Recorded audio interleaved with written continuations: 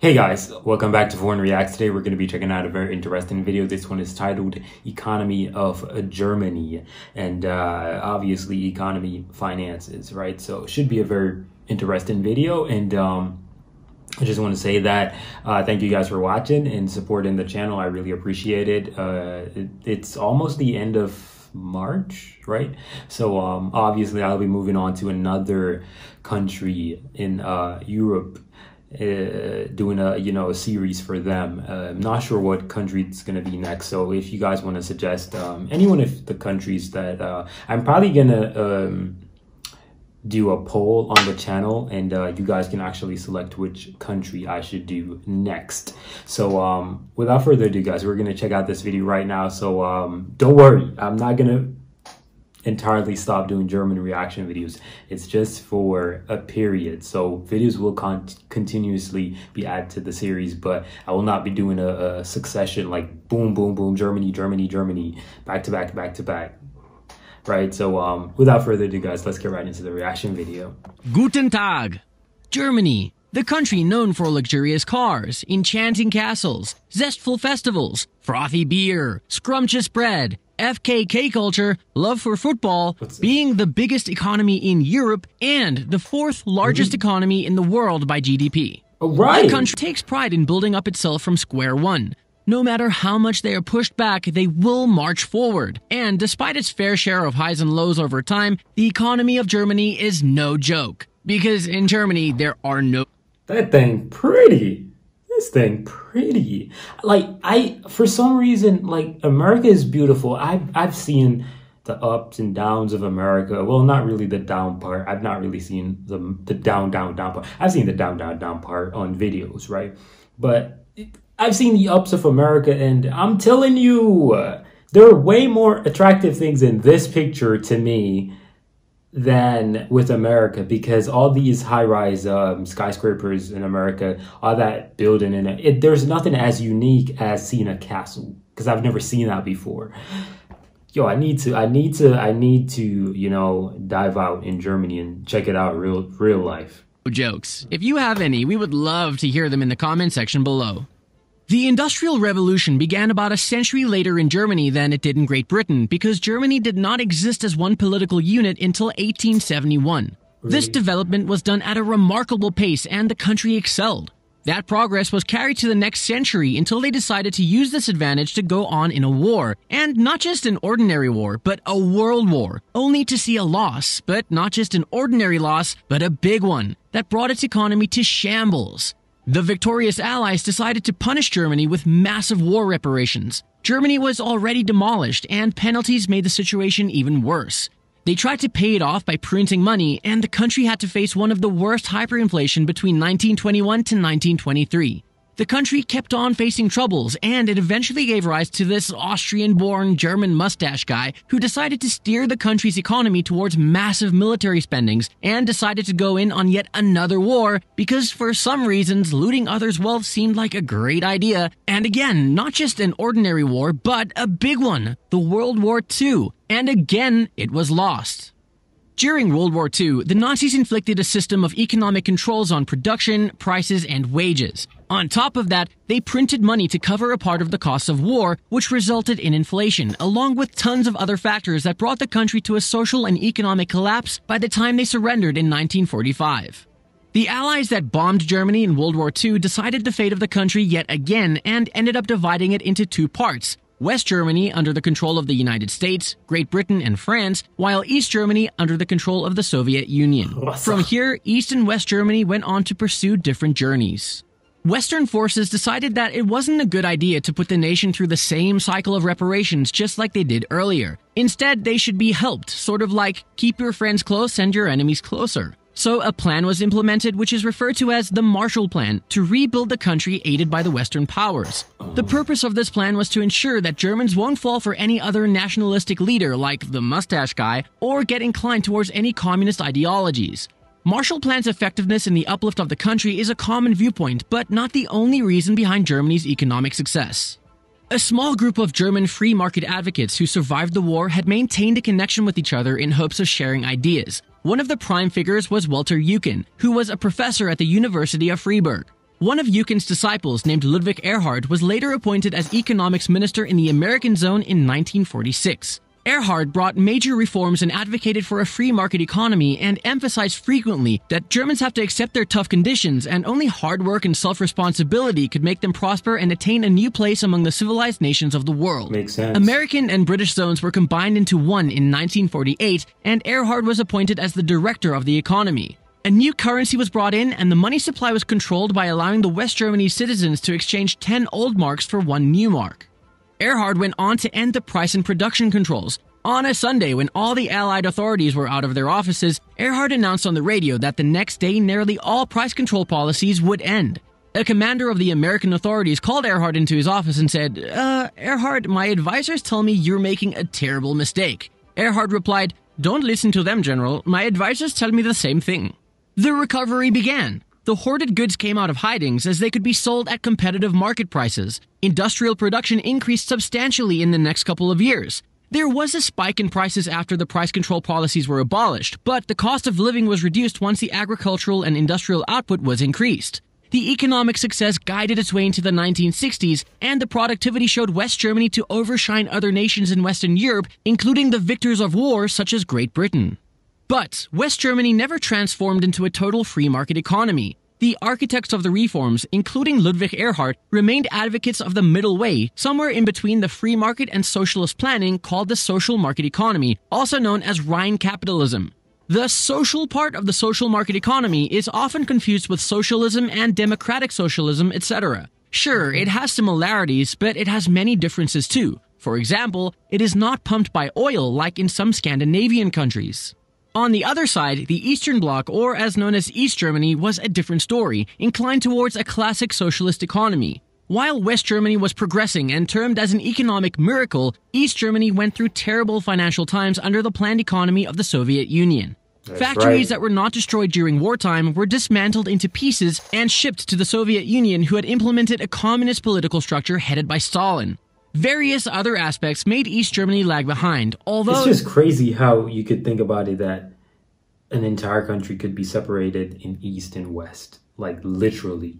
Even the Berlin Wall. I need to learn more about the Berlin Wall. I need to learn about it. The Soviets were keen on showcasing it as a paradise, which it wasn't by any standards.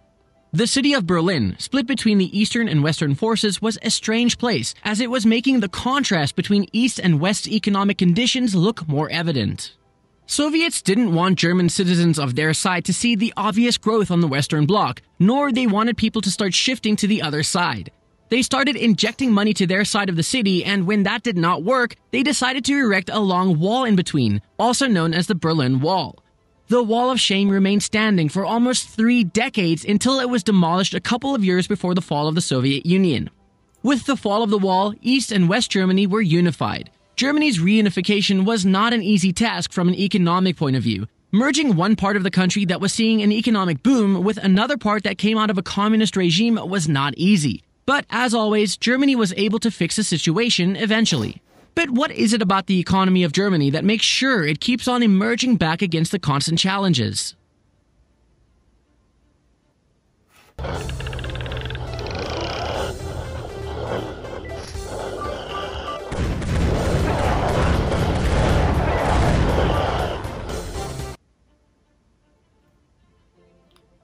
When talking about Germany's economic capacity, Mercedes and BMW and other fancy car companies do get a mention, but they're not the steering wheel that drives the economy. It's the medium-sized companies that are the backbone and not-so-secret recipe of the German economy, also known as Mittelstand.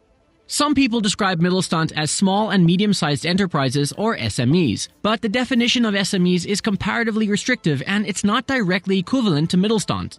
Mittelstand firms are mostly family-owned private businesses, often of small size to medium range, characterized by a common set of values and operational practices. It is more like a business culture, with firms having a unique way of doing things.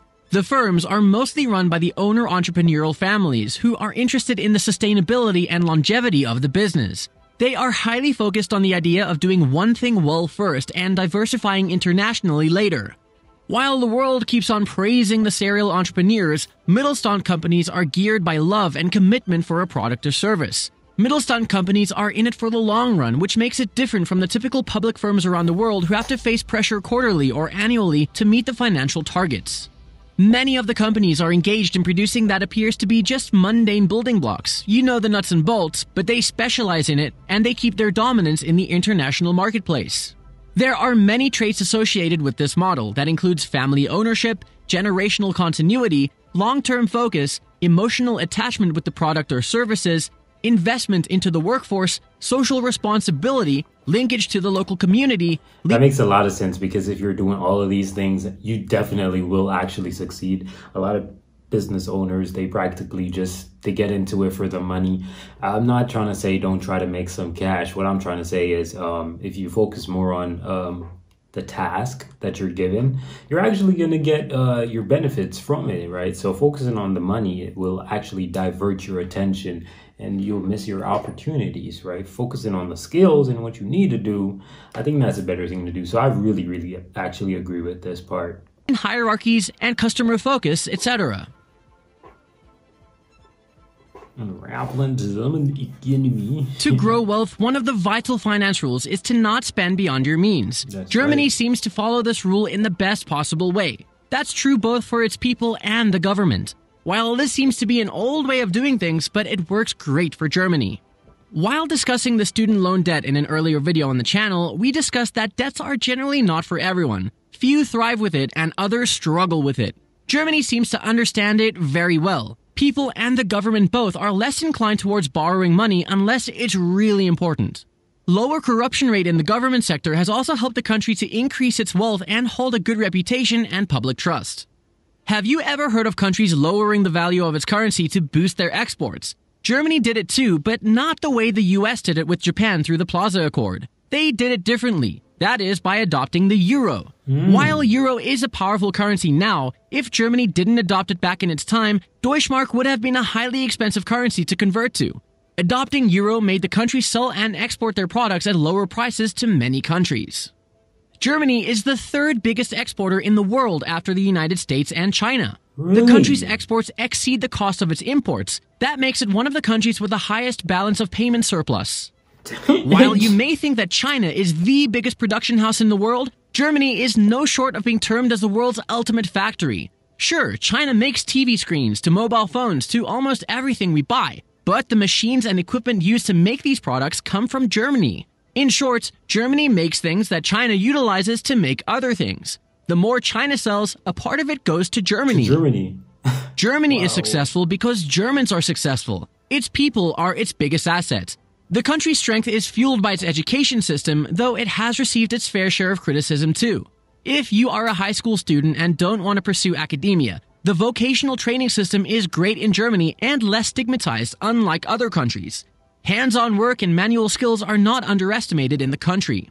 Educational institutions... I really like that because not everybody's going to be wanting to, oh, I want to be a doctor, I want to be a scientist, I want to go to space. No. You know, if you like what you like, you like what you like. What I don't want people to be doing is to be settling for criminal activities. Meaning that, you know, oh, I don't like school, so I'm going to just rob somebody. Oh, I don't like school, so I'm going to become a scammer, or, you know, something dumb, right? Not to try to make anybody feel stupid or nothing, but stay away from that type of stuff because they take you up, then right back down, right? So when you analyze things like these, I really am very proud of every country who actually implements stuff like this, where you don't necessarily have to focus on an education. You can focus on a skill, which a skill can get you paid, you know, and one day maybe you'll find a love in your heart for the education, you know, of the skill. So work closely with industries to innovate. Many apprentices receive more on-the-job training hours in the workplace than they spend in school. That makes them fully ready for the job. That's right. beneficial both to the students and the companies. These training programs also give students a salary. That means you are completing the program with money in your pocket. This setup is also great to keep the unemployment low, and it's also one of the reasons Germans usually do not leave the country for education or jobs. The industry contributes to around 30% of the GDP. I gotta visit. I think somebody actually said about this in one of my videos that I did. They were like the Mercedes-Benz something, but this says stadium, right? So I gotta visit definitely got to visit. And Mercedes, y'all got to, give me a vehicle for free. And, yeah, because I cannot afford, which keeps 1/4 of the German workforce employed. Germany outshines in the production and export of the automobile industry, and with big names like Audi, BMW, Mercedes, Porsche, Volkswagen, etc., it enjoys a dominant position in the car industry with around 90% of the world market share in what's described as a premium segment. Although the country was criticized for not jumping on the bandwagon of .com and internet boom back in the 90s, the country kept its focus on manufacturing and industry, and it seemed to have worked great for the country. The business seems to linger in incorporating modern tech, but it has been able to live up to the changing times. It appears that Germans, unlike US companies, like to test waters before sailing. The country has been allegedly criticized for exporting arms to the countries that are involved in conflict regions and human rights violations. Germany is in the top 5 biggest arms exporter in the world. What? Despite being one of the biggest industrial countries, Germany has almost 1/3 of its area covered by forest. The forestry industry covers around 2/3 of domestic wood and wooden products demand. Although agriculture contributes to less than 0.9% of the country's GDP, it covers around 90% of its nutritional demand. Domestic production can fulfill the needs of the locals, which means less reliance on the outside world for basic needs. Germans prefer their own products. It's really hard to convince Germans that another product is better than theirs. Try telling them how French automobiles are better than German cars, or Czech Republic's beer has a better taste, and see how that goes. Protectionism is another topic, but it is very debatable and hard to prove. Germany has one of the biggest tourism industries and is in the top 10 list of the most visited countries in the world by international tourist arrivals. The tourism industry contributes to almost 5% of the country's GDP, employing almost 5% of the total workforce. Germany is known for punctuality, except for its trains, which is a whole different story.